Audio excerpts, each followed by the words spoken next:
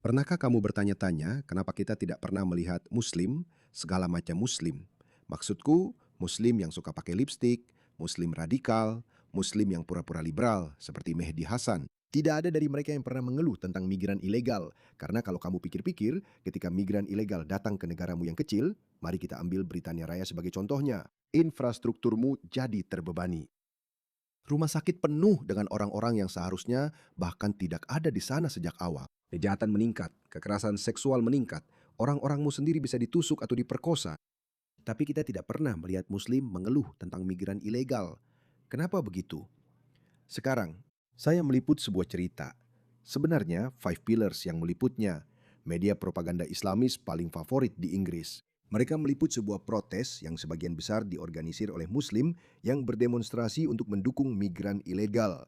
Mereka bahkan melakukan aksi tandingan terhadap para patriot yang memprotes sebuah HMO di London. Saya rasa itu terjadi di Canary Wharf. Entah kenapa saya mencoba mencarinya, saya tidak bisa menemukan referensinya. Jadi intinya, para pria Muslim melakukan aksi tandingan terhadap para patriot untuk membela migran ilegal. Saya pernah membahas itu di salah satu video YouTube saya. Saya mencoba mencari referensinya di Google atau di situs web Five Pillars, tapi saya tidak bisa menemukannya. Karena memang sangat mungkin Five Pillars dikenal suka memposting hal-hal bodoh lalu menghapusnya. Tapi selain itu, belum ada protes baik yang mendukung migran ilegal maupun yang menentang migran ilegal. Pertanyaannya, kenapa tidak ada? Kamu seharusnya menentang migran ilegal. Kamu juga seharusnya menentang membludaknya migran legal.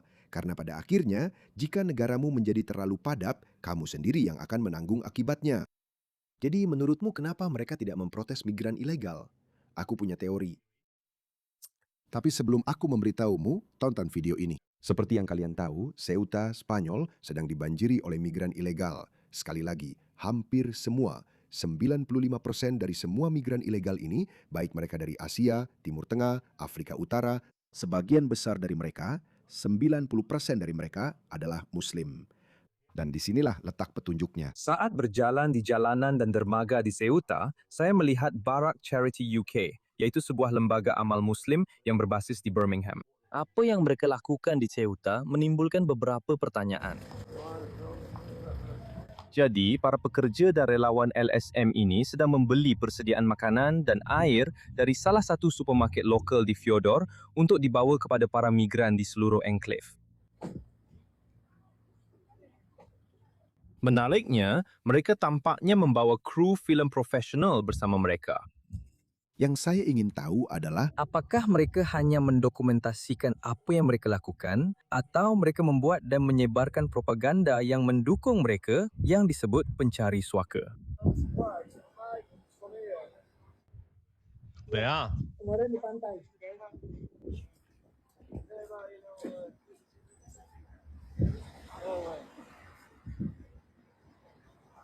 saya pikir itulah yang mereka lakukan. Jadi di satu sisi, kita punya LSM Muslim yang memfasilitasi dan mendukung para migran ilegal ini. Dan kita juga sudah tahu tentang para perempuan liberal ini. Kamu tahu orang-orang ini?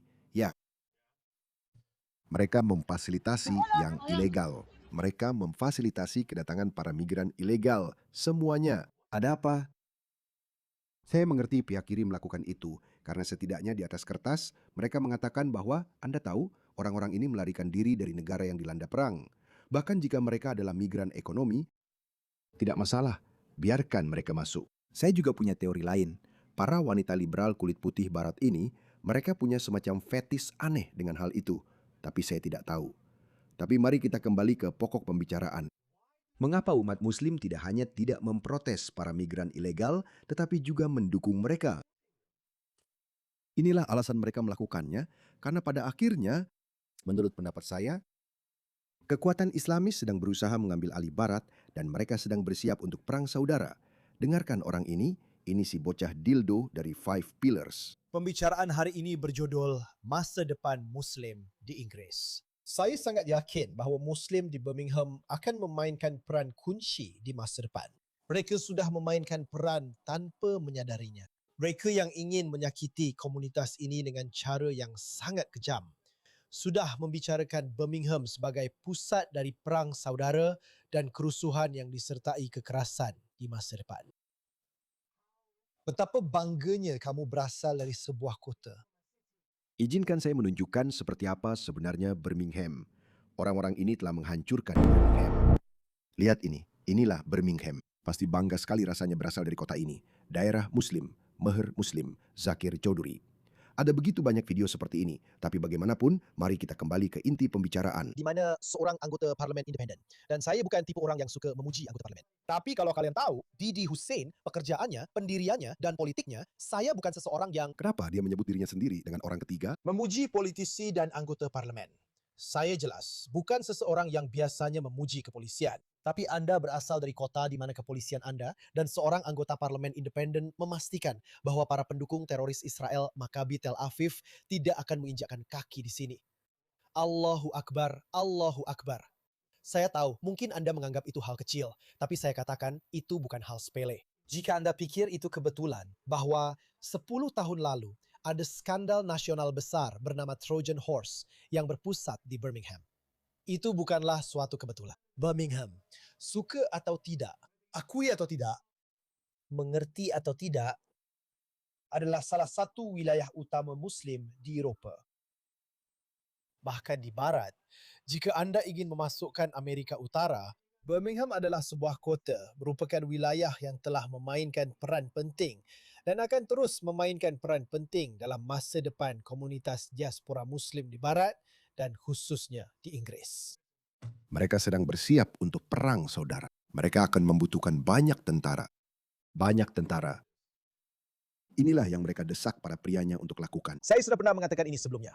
Muslim khususnya terutama, tapi para migran dan orang kulit berwarna sekarang telah mencapai titik di Britania Raya dan secara umum Eropah dan Amerika di mana bela diri, pertarungan bela diri menurut saya adalah sebuah kewajiban bagi seorang pria. Pandangan pribadi saya tidak berbicara tentang kewajiban agama. Saya berbicara tentang kewajiban. Seperti kamu harus melakukan ini. Dan harus ada jika kamu tidak akan mengirimkan isterimu untuk berlatih. Aku mohon saudara-saudara, sekarang kamu bisa menjalankan sunnah bergulat main-main dengan isterimu.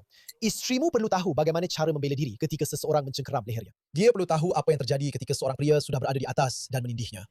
Dia perlu tahu apa yang harus dilakukan ketika seseorang, kamu tahu, mencengkeramnya dengan Menciptakan kepanikan. dua tangan. Bagaimana cara melepaskan cengkeraman itu? Dia perlu tahu dasar-dasar pertahanan diri yang sangat mendasar ini. Saya tahu ini adalah tabu budaya. Saya tahu gagasan, terutama bagi Muslim konservatif. Anda tahu, bagi wanita kita untuk berguling-guling dan bergulat itu dianggap tidak pantas. Seperti tidak feminin. Tapi demi Allah yang Maha Agung, kita sekarang sudah sampai pada tahap di Britania Raya, terutama di Britania Raya, di mana kita sekarang perlu belajar pertahanan diri. Saya benar-benar tidak peduli bagaimana atau bagaimana mereka menanggapi komentar yang baru saja saya buat. Sekarang siapa saja bisa jadi sasaran. Kita sedang bersiap. Lihat ini. Nama saya Sabe, saya pelatih Brazilian Jiu-Jitsu di LMA. Saya sudah di sini hampir 3 tahun. Jadi ini adalah acara tahunan One Nation kami dan selama beberapa tahun terakhir kami mengadakan ini. Untuk One Nation. Dia belum tahu, One Nation adalah gerakan sayap kanan di Australia yang ingin mengusir orang-orang seperti dia dari Australia. Biasanya kami tampil di taman dan kami hanya mendemonstrasikan apa yang kami lakukan di gym kami. Jadi seiring berjalannya waktu, jumlah murid yang mendaftar dengan kami terus meningkat. Kami punya murid laki-laki, perempuan dan murid-murid muda kami. Semua Muslim. Semua Muslim. Ada 5. Salah satu murid tertua kami berusia 63 atau 64 tahun. Jadi izinkan saya membacakan.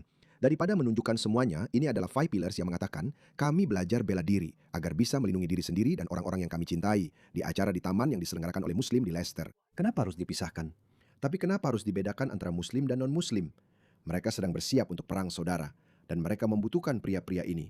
Mereka membutuhkan pria-pria ini. Ini adalah Spanyol. Inilah alasan mereka menginginkan mereka.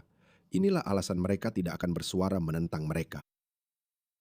Inilah alasan mereka tidak hanya diam saja, tapi mereka juga secara aktif mendanai dan mendukungnya. Mereka semua laki-laki. Mereka semua berdatangan. Mereka sudah memiliki infrastruktur untuk melatih mereka. Bagaimana mempersiapkan mereka? Dan jelas ini akan lebih sulit bagi orang lokal. Ini akan lebih sulit bagi Muslim yang tinggal di Eropa, karena jika Anda memiliki keluarga, maka akan lebih sulit bagi Anda untuk menjadi teroris. Tapi jika Anda datang sebagai pria lajang usia tempur, maka tentu saja itu adalah anugerah, itu adalah hadiah. Dan invasi ini telah difasilitasi oleh para politisi kita. Ini telah difasilitasi oleh wanita seperti ini. Lihatlah ini. Dia menandatangani surat kematiannya sendiri dengan berkata, "Ayo masuk, ayo masuk." Dan sejak saat itu telah dikonfirmasi bahwa setidaknya 15 gadis dan wanita telah diperkosa di Spanyol. Ini terjadi tepat di depan mata kita. Tentu saja ini adalah citra publik mereka bahwa hey, lihat, kami sedang mempersiapkan diri melawan kelompok sayap kanan ekstrim. Tidak, mereka sedang mempersiapkan diri untuk perang saudara. Mereka sedang mempersiapkan diri untuk gerakan separatis. Dalam 5 tahun ke depan atau sekitar itu, kamu akan melihat gerakan separatis Islamis di Jerman, di Prancis, di Inggris. Saya tidak tahu bagaimana pemerintah kita akan merespons nanti, tapi itu akan terjadi. Prancis sudah punya rencana militer tentang apa yang harus dilakukan jika itu terjadi, karena mereka terancam oleh Muslim Aljazair dan Maroko di sana. Jerman memiliki banyak Muslim Turki di sana, dan tentu saja sejak saat itu banyak orang dunia ketiga lainnya telah ditambahkan, seperti orang Suriah, orang Maroko, dan lain-lain, yang akan digunakan sebagai tumbal oleh para Islamis melawan Barat. Itu akan terjadi.